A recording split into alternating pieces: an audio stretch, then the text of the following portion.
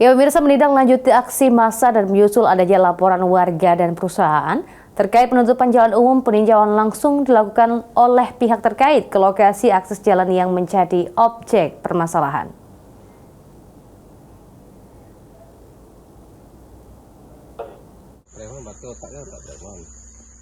Dalam peninjauan ke lokasi jalan yang jadi objek permasalahan yang dilakukan oleh pemerintah dan perwakilan perusahaan serta warga, pihak pemerintah Kabupaten Oki mengharapkan agar masalah yang sedang berlangsung dapat berakhir dengan damai, di mana permasalahan yang muncul dapat terselesaikan dengan musyawarah.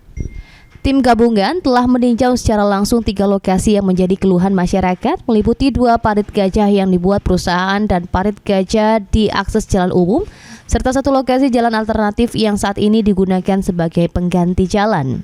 Harapannya penyelesaian ini akan bisa terselesaikan dengan kepala dingin ya, karena kami lihat di sini ada beberapa alternatif dari kedua belah pihak yang merasa sama-sama memiliki persepsi mereka benar seperti itu. Tapi kami tidak ada berpihak ke kemanapun untuk menyelesaikan ini. Nanti mungkin kami akan berkoordinasi dengan atasan dan akan bermusyawarah antara kedua belah pihak mencari jalan.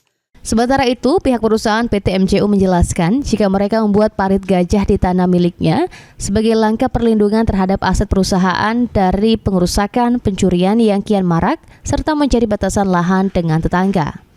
Berita acara jabat. Nah, instansi terkait menyatakan di sini intinya tanah itu memang betul tanah Sineli atau tanah MJU. Bukan jalan desa. Bukan jalan desa atau segalanya, dia minta buka jalan umum, segala fasilitas sudah dikasih walaupun kecil itu. Itulah kebijakan. Mereka hasil panen boleh kamu tumpuk di sini di lahan itu.